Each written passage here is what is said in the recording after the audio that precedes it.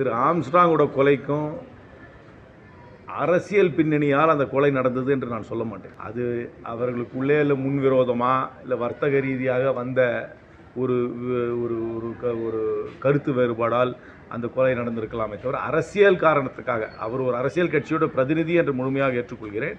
அவர் அந்த அரசியல் கட்சியிலே ஒரு அரசியல் சித்தாந்தத்தை முன்வைப்பதால் அந்த கொலை நடந்ததாக நான் என்றைக்கும் சொன்னது கிடையாது. அதுவும் உண்மையும் கிடையாது.